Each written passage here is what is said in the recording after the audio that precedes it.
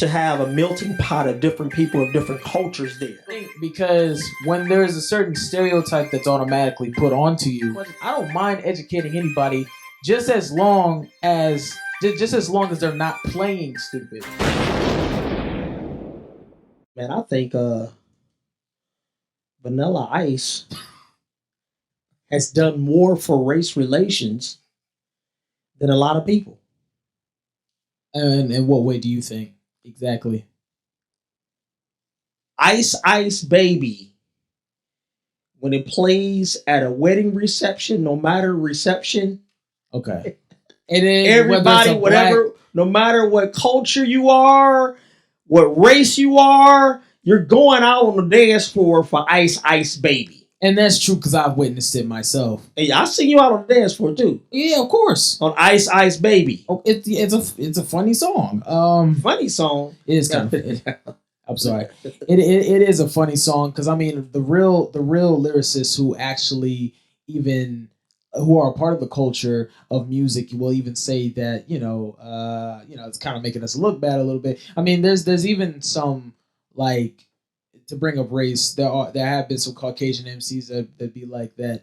Vanilla Ice sort of made them look bad because they actually got a passion for whatever. But I'm talking about race relations. See, you trying to go there. But that's I'm talking about Ice Ice Baby has done more for race relations than a lot of songs that are out there. That talk about race relations. Well, that's when Ice Ice Baby go doom doom digga doom doom doom doom doom digga doom doom doom doom digga doom doom. When you hear that. You know, I don't care what wedding you at.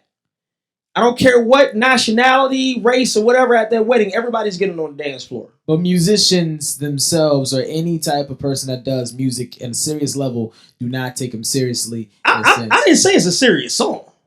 Thank you. Yeah, I didn't say it, but I said it's done more. Vanilla Ice is doing more for race relations than a lot of people. Yeah, at a wedding. Ice, baby. At a wedding, yeah. That's an ideal place, right? Well, yeah, it has to be that. That's the thing. Ice, baby. It has to be pleasurable there because it's supposed to be a happy day. You know, not that the pumping.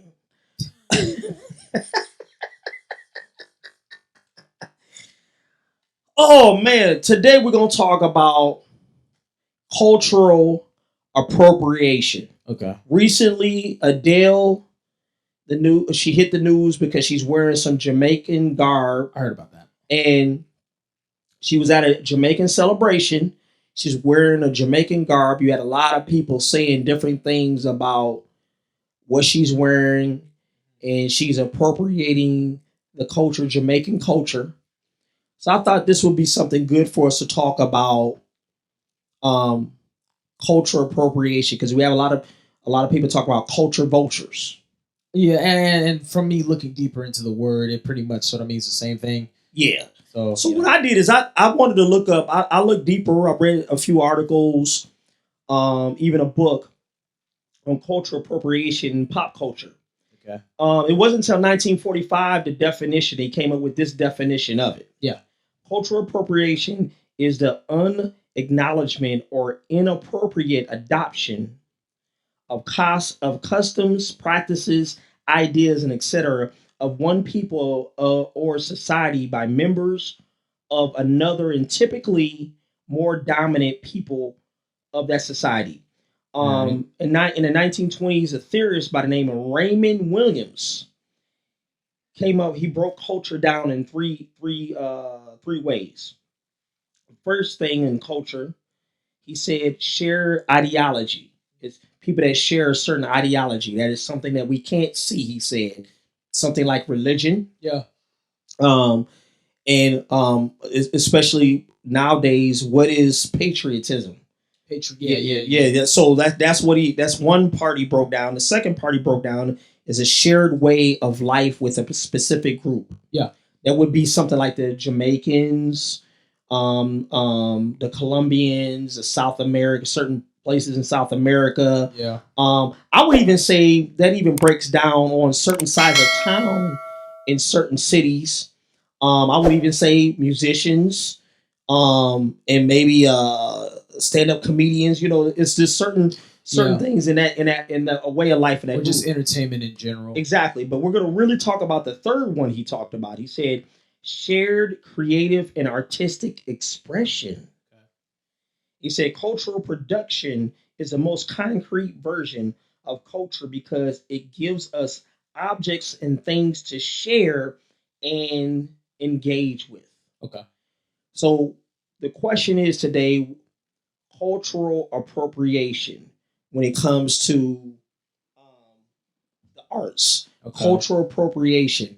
Now, I know let's point out a couple things. I know we've had cultural appropriation when insulting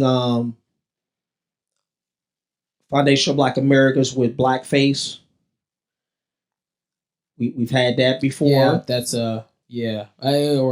cultural pro. Yeah, that'd be the best term. Yeah, because based on what it means, because what it is, you're just misusing it. You're misusing it in a way where you're making fun of it without it being funny, if that makes sense. Well, I think it was funny to some people, of course, but it's all relative. But very insulting. You also have. I wanted to point out Elvis because you're an Elvis fan, and I wanted to just point out Elvis when he remade "You Ain't Nothing But a Hound Dog" and a lot of other songs. Would that be considered cultural appropriation, or him moving his hips and stuff on stage? Would that be considered cultural appropriation because he's using dance moves that he might have seen by other people? Exactly. Well, okay. Well, first, let me say I'm not an Elvis fan, but in the past, when I've studied Elvis, myself. Music is my number one passion. When I'm studying somebody, whether I like them or not, that happens to be in music, I'm studying to get a better understanding of where this person's background came from. Okay. Because with me, when I'm listening to an artist, all the artists that I listen to, of course, I respect them musically, but then there's also something genuine about them being vulnerable to a certain extent. So I have to respect you on different levels in order for me to fully give you undivided attention. But basically, with Elvis Presley, he's brought up a lot when it comes to cultural appropriation and a culture vulture kind of thing. Culture vulture, and both meaning relatively the same thing. But the reason why, first of all, let me break down what a culture vulture or cultural appropriator is to me. Okay. To me, what that means, a person, whether they're an artist or whatever they do to entertain people, a person that will take away from a certain artist. Or no. A person that will do something that is involved in a certain type of culture, but then won't give credit or acknowledgement to the people that helped start that before them. Okay. That makes sense. So with Elvis Presley, and this is a perfect example, with him, he was of course swaying his hips and moving around. That wasn't the problem. That at least not that what I had. The problem that I really had just with fully studying is the fact that he never really gave anybody no credit or acknowledgement because they did it first. Jackie Wilson. He was the one who did that trademark move. That's why he does it so well. And there's also another term, re-innovating. Well, first, Elvis hasn't re-innovated anything. In fact, he's mainly just used. He hasn't even written an actual song, including Hound Dog, which was originally by Big Mama Thornton. But let me ask then. So can he appropriate, or is he just taking it to another level? Is that his expression, the white man's expression of that? You know what I'm saying? Because if we're gonna do that, let me play devil's advocate on this. You have the Wizard of Oz. Okay. Then you have the Wiz. So the Wiz, I always looked at the Wiz as a foundational Black Americans perspective. Yeah. Because you said that word, you saying that his that's a Black person's perspective of a story that was originally written by a white person. A person, and anyone could be a culture appropriate. Let me make sure I put that out there. Executing it is not the problem. The problem is you not paying any respect towards the people that help that helped put it all on the table. Because if it wasn't for them, you wouldn't be eating. So what? So what? Well, let me ask you then. So what? What should a person do to acknowledge it? Well, number one, I mean, the easiest way is to for any artist, if there's like an interview of them speaking, saying, well, this was my inspiration, this is who inspired me to do this, oh, I got this from this person, because the way they did it this person, I just put my own flair into whatever. So interviews itself are probably the easiest way. In fact, you got to be over generous just to show like what you're really about. Because if you can show what, like that shows your vulnerability. I believe that people that don't pay acknowledgement to the people that came before them, and this is just like even counting like a few people, that's proving that their ego is too large for them to even be vulnerable for that one moment to let people know what they're really about. So I mean, so is that Elvis's fault though? If we're talking about Elvis, I mean, is that really Elvis's fault? I'm not gonna say it's fully his fault. Because Elvis sung different types of music before then, right? He sung gospel, gospel blues. So was he made? Because we could talk about Elvis. We could, if we're gonna go Elvis, we could go boy groups, boy bands, and that's their version of New Edition.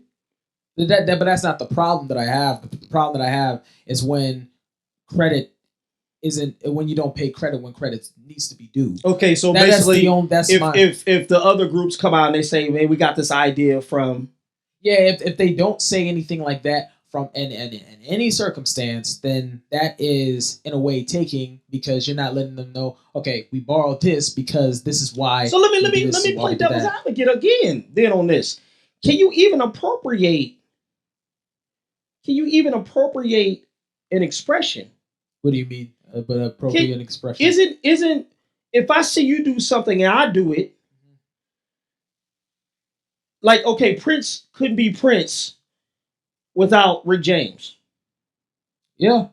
Right? And he gave his acknowledgement. So if he didn't know, what's wrong with that? Well, if he didn't, the issue is if you don't give any credit or acknowledgement, that's sort of showing, or like I said before, the ego thing.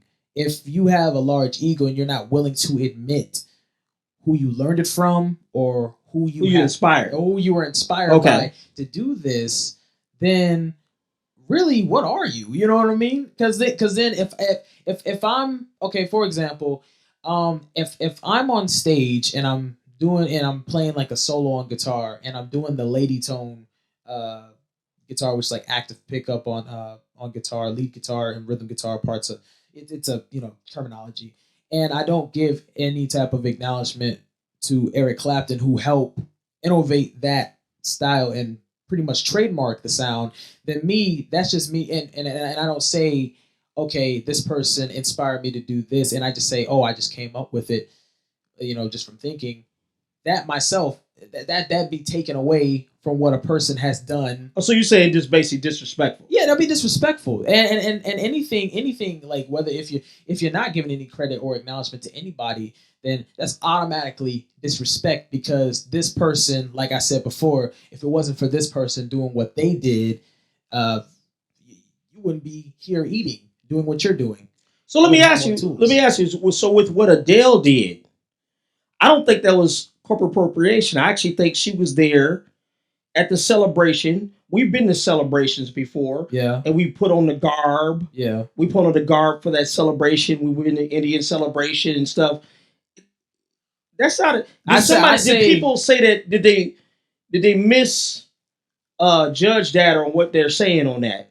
Not really knowing what's going on. Because I wouldn't call it appropriation. I would call it actually trying to fit in, respect. Exactly. I think with a lot of us in society, we'll look at something by the way it is, but it could be something that's not what it sort of like the term is too good to be true.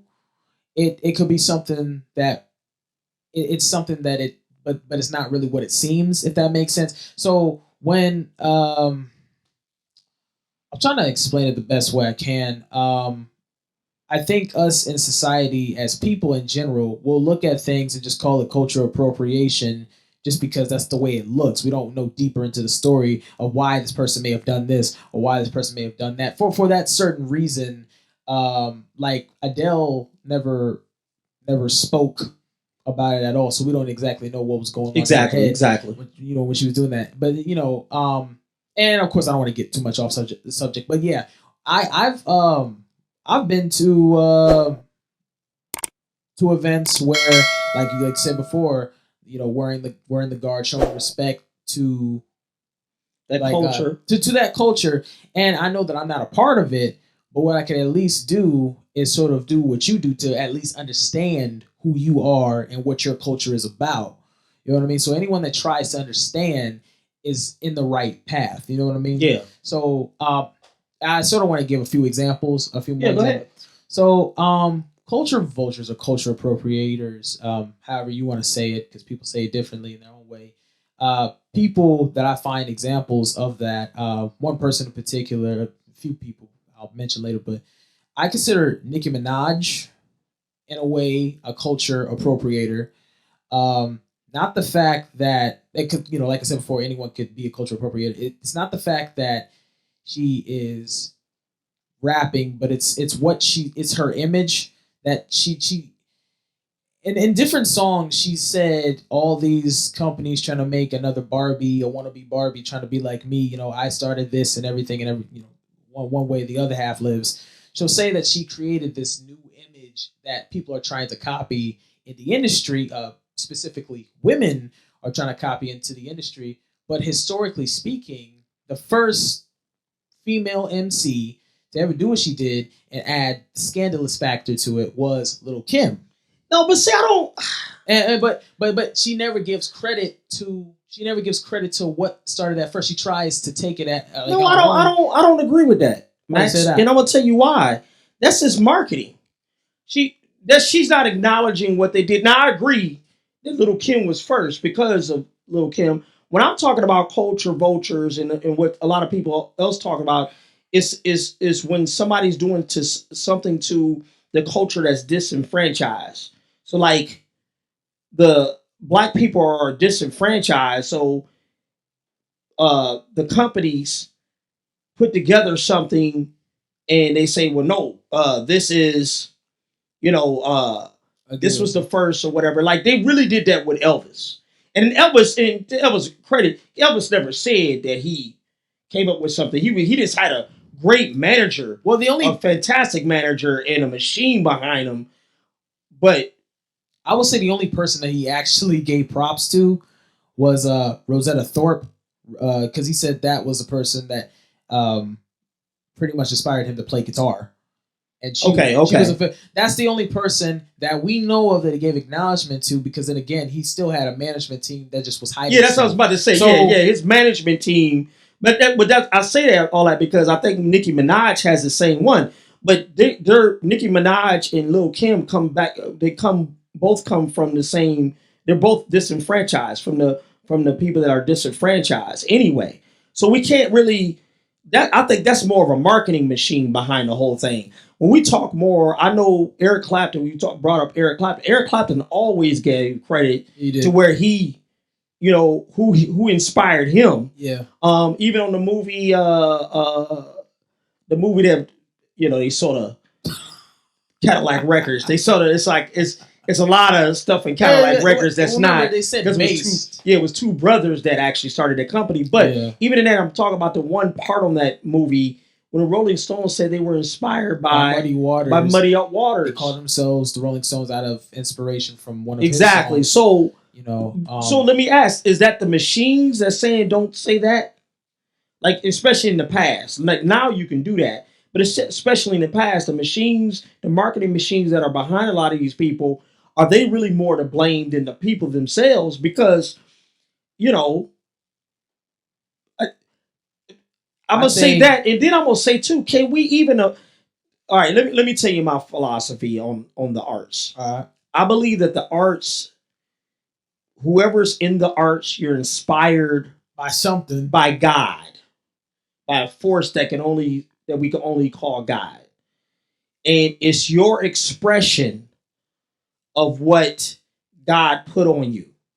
My expression as a black man, as a father, as a husband, my expression is going, no matter what we do alike, If I sing a song, you sing a song, or we hear a song, I'm gonna hear with different ears than what you're Than gonna what hear I'm from. hear. Yeah. Exactly.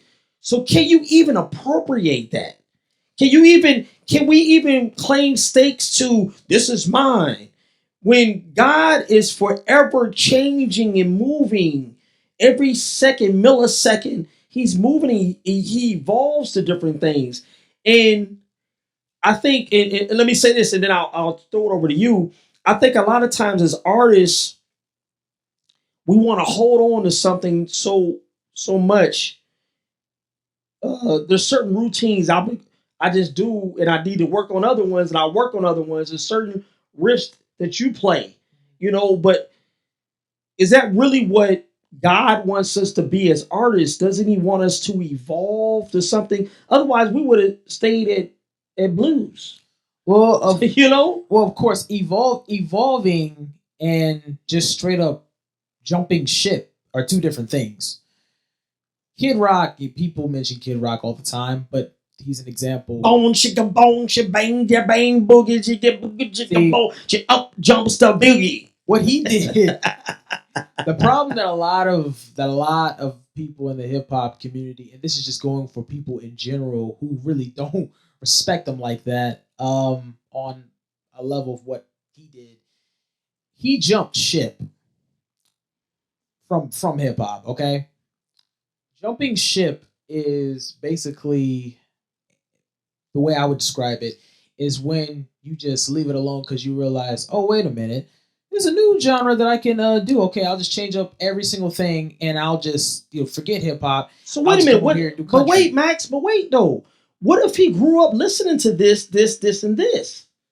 Like, do you have to? Think about it. No, you listen to different genres of music. Yeah. Your band plays different genres of music. So when y'all come out with your original stuff, they jump ship. See what I'm saying? That's putting him in a box. Should we put people in a box? Don't people change and evolve to something? I think that's one of the problems that was wrong with Michael Jackson. Well, he was on. Oh no, not Michael Jackson. Oh, I ain't talking about him. But no, Kid Rock was just doing it for money. If you're just doing it, if you're only doing it for how do we know that though? We don't know. Okay, well then I'll say because he has. The reason I say that is he's inspired the country music. I don't think he's a great country artist. If you're gonna ask that, he's not one of my. He ain't one of my top 25 in country music. Yeah, but there's a set of country music fans that like him. So didn't he do his job as an artist to inspire whatever he wanted to inspire with this certain group? You know what I'm saying? No, because one minute if you act like you're down, if you act like you're down with the brothers, okay, if you're down with brothers, all right, cool. But if you're just putting up a front, then you just leave later on. So why is that his fault though, and not the people that's buying from him? Well, because us as people, we don't fully get to know the artist until they keep releasing more material and more material and more material. For example, let's say a brand new artist comes out today and I happen to buy their cassette or CD or listen to their songs and streaming, whatever. Initially, the music will probably sound good to me, but we still need more music to see what type of artist you really are. I can't sit here and say I can't sit here and say that it's the fans' fault because fans are just trying to listen to music, but it could be the team and artist's fault. And I say artists too because the artist could also come up with ideas that can also influence certain things around them. It would have to be the team and the artist's fault because they're not controlling the fans' minds. The fans are just listening to music initially, but then later on when you do things that look a little two-sided and one side is like I gotta keep an eye out on you because of that. But you're asking him to be dedicated to those fans. He might move. If we're gonna go by the philosophy of how I feel about the arts and how God evolves, so you might evolve as an artist and go somewhere else. I mean, that might just be what inspires him then. Because I think sometimes we try to put these artists and all people in a box, and that's not where they are anymore. You know enough artists that They started this. We could go Tina Turner. She started with R&B, and then she went rock. Then she went pop rock. Well, technically, rock was already put into whatever she was doing early on with Ike, because Ike was a rock star at the time. He had one of the biggest rock records, Rock at 88, that was released. But of course, it was before Tina joined. But rock itself, historically speaking, had an influence from R&B music, which is why some artists that you'll hear who have R&B voices, like Robert Plant from Led Zeppelin, Mick Jagger from the Rolling Stones, one more example, Paul Rogers from Free, they had R&B influences in their voice with whatever they did. Yeah, but she went classic rock. She went, I mean, it don't sound nothing like what she did with Ike. Well, remember, it was back in the 50s and 60s. Things were evolving and turning into so what? Things can evolve now? What do you mean? Like you talking about? You said Kid Rock, and artists can't evolve now. He jumped ship. No, but no. Are you saying? I guess the best word is he sold out. Yeah, he sold out, but he's not there anymore. So how is that appropriating? That's not appropriate. Or you saying he never really liked it anyway? He never really was a hip hop fan anyway. That's what I'm saying. So what if he still sold albums though? So somebody believed that he was. Yeah, that's somebody. That didn't mean that he believed he was. Yeah, but is it wrong though that he's inspired enough to sell 1 million records? It's not wrong to listen to a song at all. It's out there for us to do. It's not wrong to do that. What is wrong is when you try to use something just for your own personal advantage only. Like there's nothing wrong with being selfish, but if you're being selfish, but you have no passion or no type of what's the word for it? No type of compassion for whatever you do, then what's the point of you even doing it? Yeah, but you're talking as an artist, we're in a capitalist society. So people are going to capitalize on whatever thing that they need to capitalize, and you're asking him to have a love for the arts of the art of music like you do. He might not have that love for that. And I think sometimes, this is my own personal opinion, people go into this whole thing of appropriation, like people have exclusive. Nobody should be able to do this. Nobody should be able to do that. I mean, I was looking when I was doing this, studying for this. You had some people was talking about you can't even wear braids. Yeah, no, okay. Here's it's like it started getting ridiculous on stuff. Here's my opinion on braids. I don't think it's automatic culture appropriation per se if a white person wears braids, but if they're doing it and they're just doing it just to look cool or to be funny, if you're doing it just to like look cool, be like, hey guys, look at me, that could be a little insulting. Is that the voice they'll do? Hey guys, look at me. Well, that'll be their mindset. Okay, how it go? Hey guys, if that's your hey guys, look at me. If that's your only motive, like, and you don't know anything about it, like if you don't go into studying mode and try to go deeper into whatever you do, then what does that make you? Then it doesn't make you a student if you don't study. Because I think we took it from, of course, the blackface stuff was just like, come on. Yeah. That was just insulting. It was insulting and rude. And, they would do, exaggerations of different stuff. And it was insulting and rude. Where a lot of stuff now, I think it's not appropriation, because I don't think you can stake claim in certain things. And I don't think the arts is made for you to stake claims and stuff. But like you said, I think it was something that you did say that if you're just trying to be insulting and trying to be funny, that's cool. That's not a good enough purpose. But if you actually deep down inside do have a passion for whatever and you study whatever, you're automatically going to get respect on that certain type of level. You could be honestly, I'll be honest, you could probably not be the best lyricist in the world or the best songwriter in the world, but if I could tell who you study and you give acknowledgement to that person that you study, be like, okay, all right. Or give acknowledgement history. Or let's say to give acknowledgement to the culture, right? Yeah, give acknowledgement to the culture and you know your history. Okay, you've got respect for it. If you got respect, all I ask for, me personally, just as a person, is respect. Like learn about whatever you're putting yourself in, you know.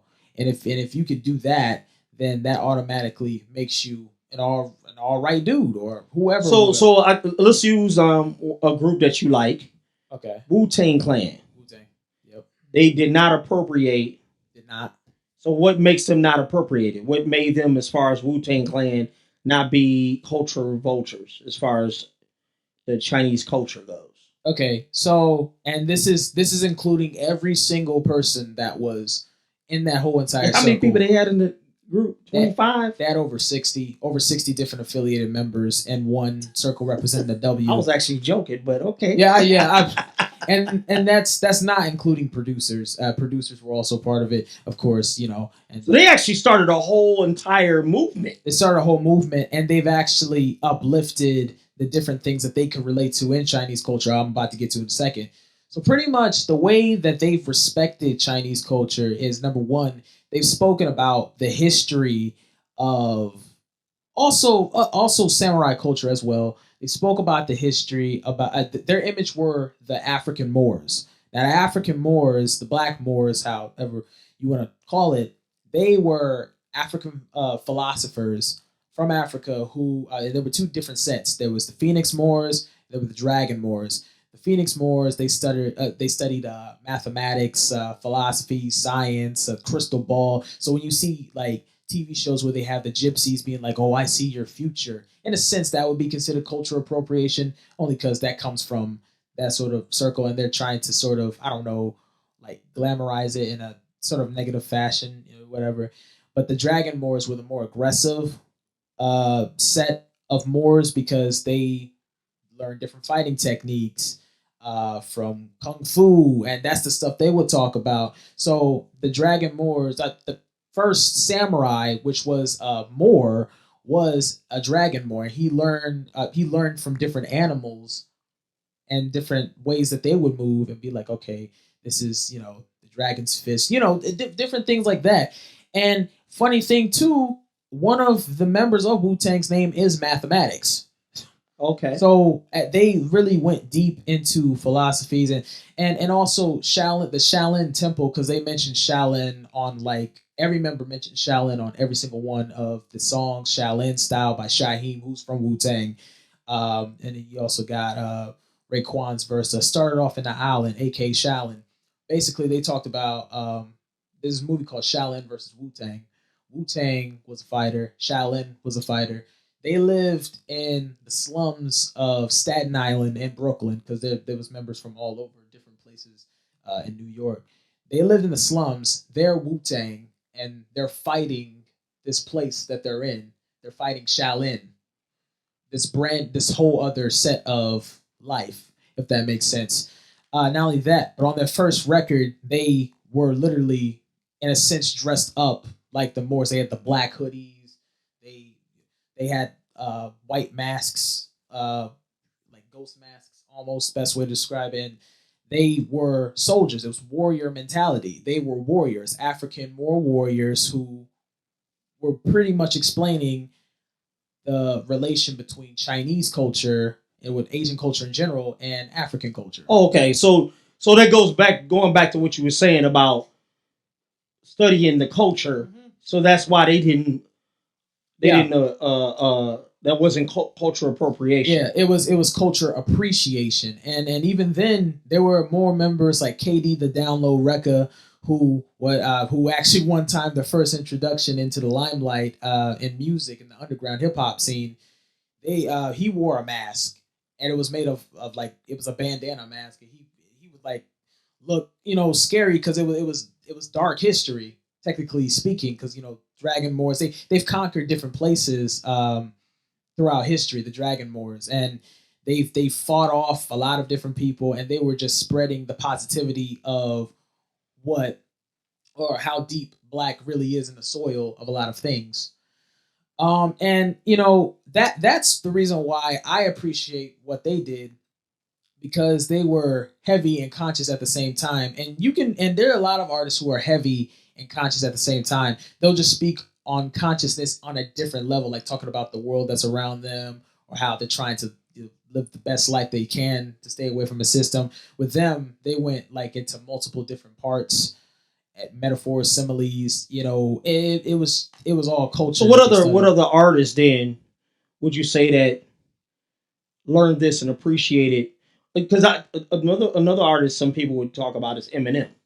Yeah. Um, I can speak about him. Where I mean Eminem, I wouldn't say that he appropriated anything. Yeah. He's always gave out props to.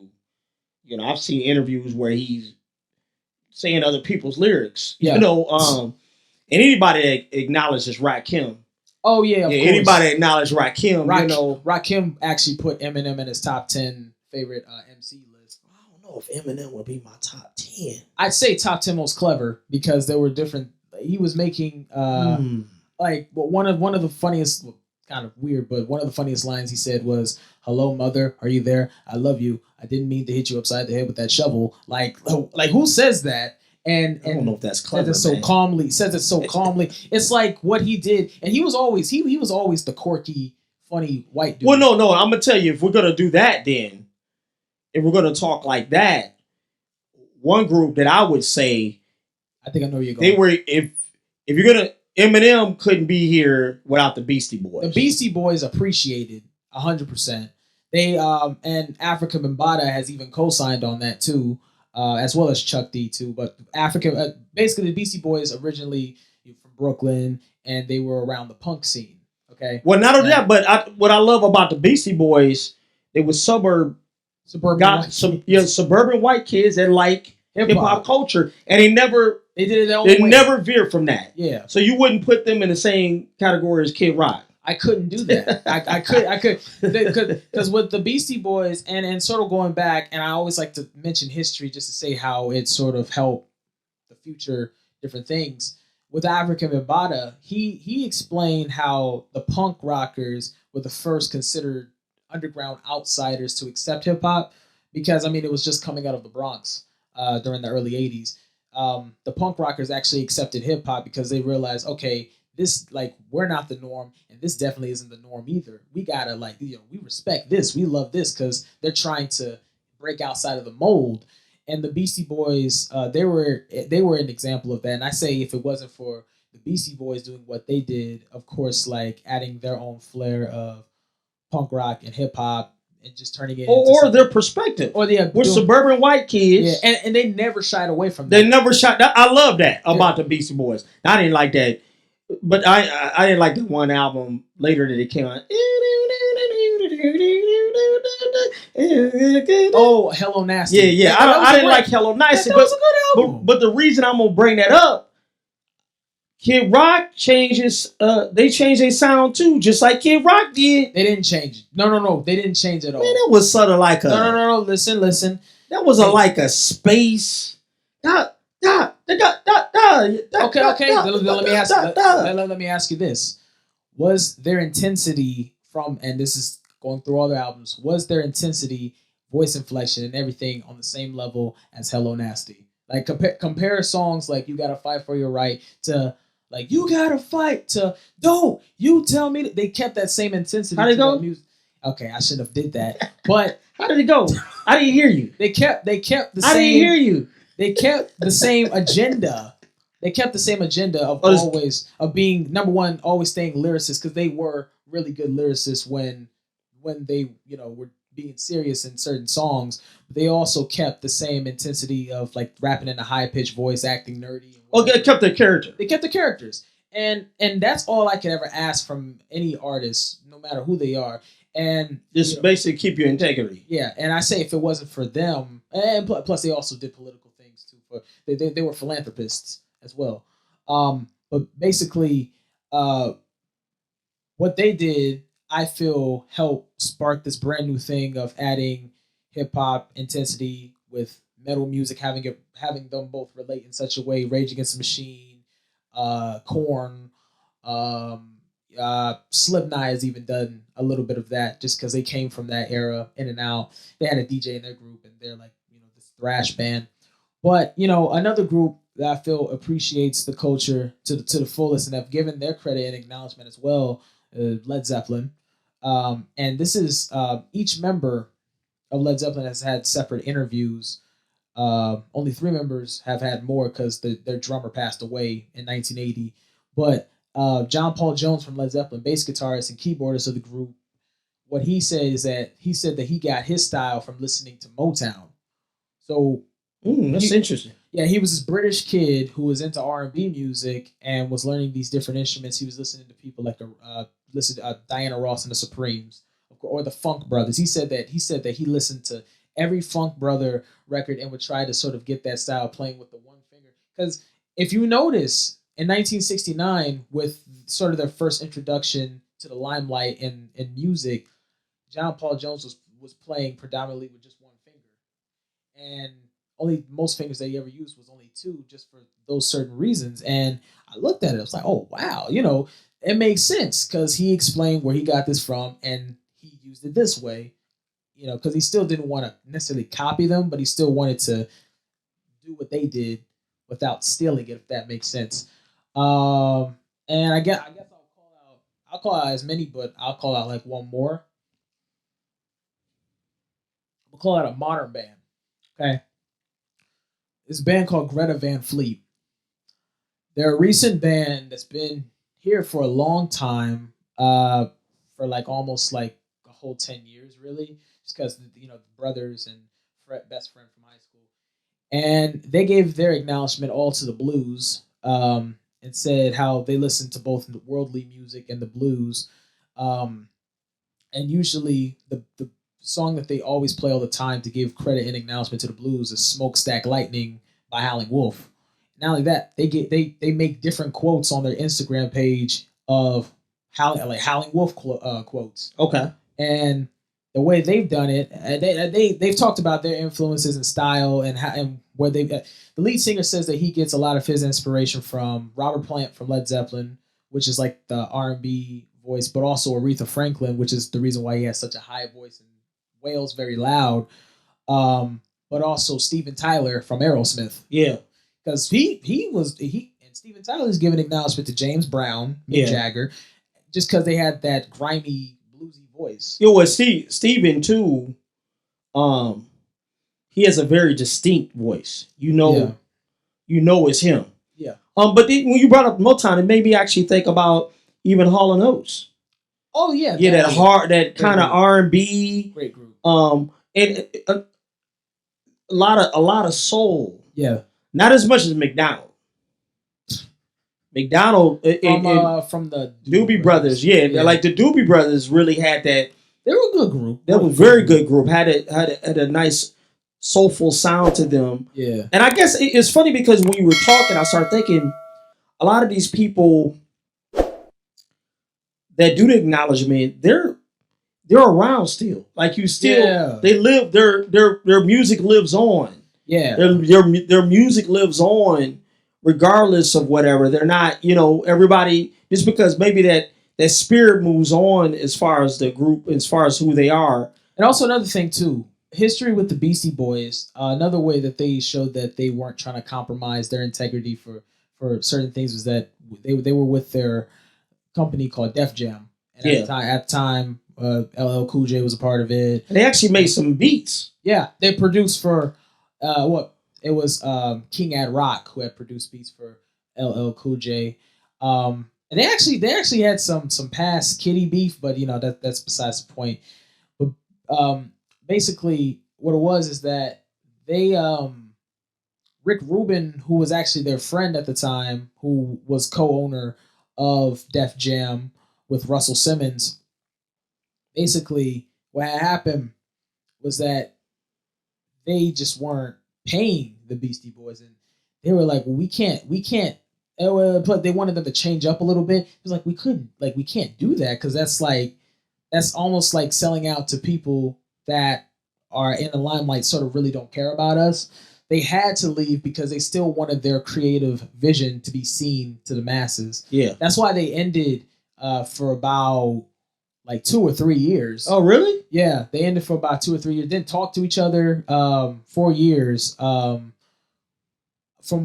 looking at the documentary, Mike D was living his own life, doing whatever.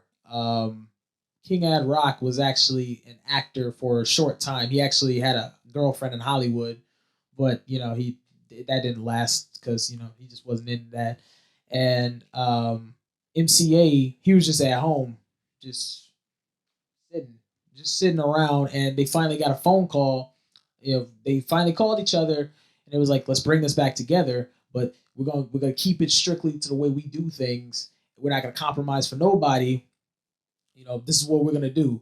Came out with their second album. Their second album, Paul's Boutique, that came out, and at the time it was a failure, sort of, because it was. Well, it goes back to the machine I'm talking about. Yeah. Sometimes the people, you get wrapped up in this machine. Yeah, and that's why they had to leave. Well, that's true. But what I'm saying is sometimes it's the machine makes you do certain things, or it don't make nothing makes you do anything. But you compromise yourself because you caught up in this machine. Yeah.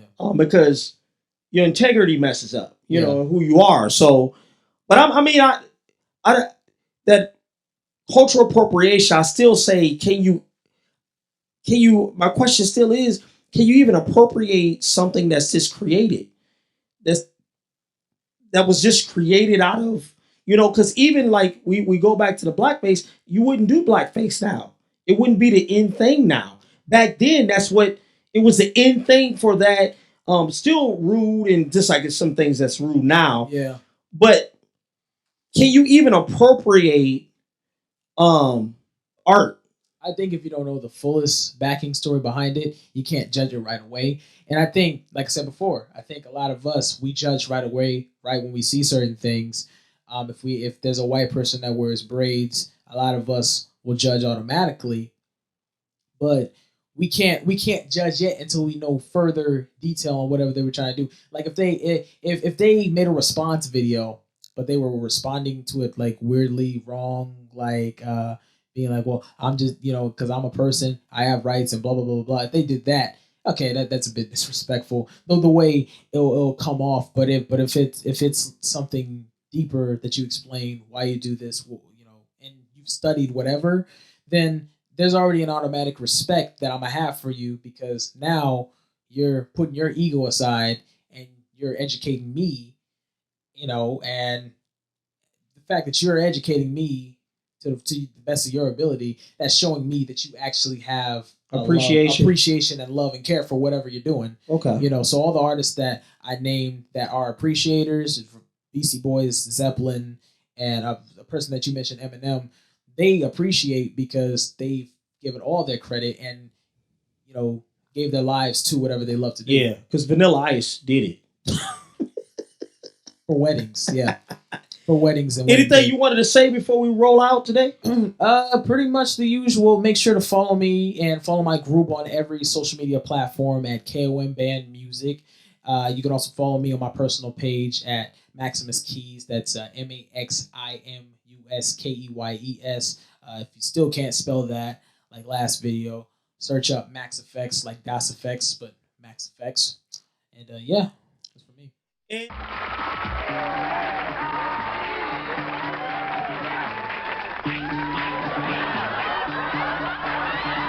Yo, VIP, let's kick it.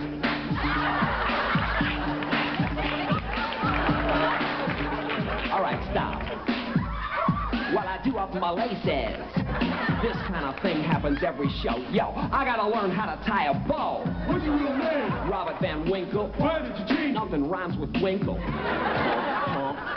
Oh, yeah. I'm white, and I'm capitalizing on a trend that's currently rising. Mix it with Curly and Larry and Moe.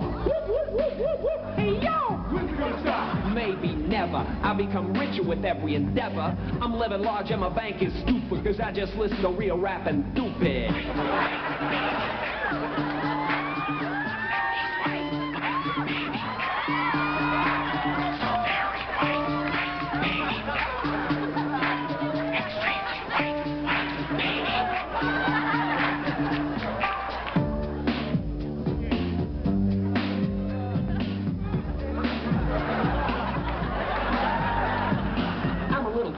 Short and stout. Go Vanilla Ice, work it out.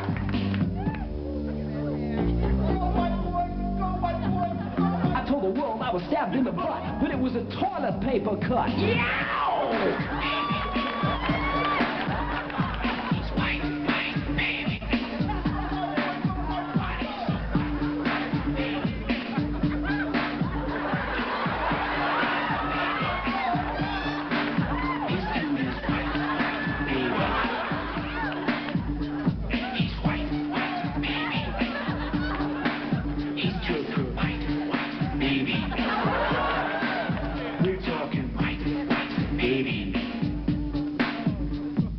Hey guys, what's up?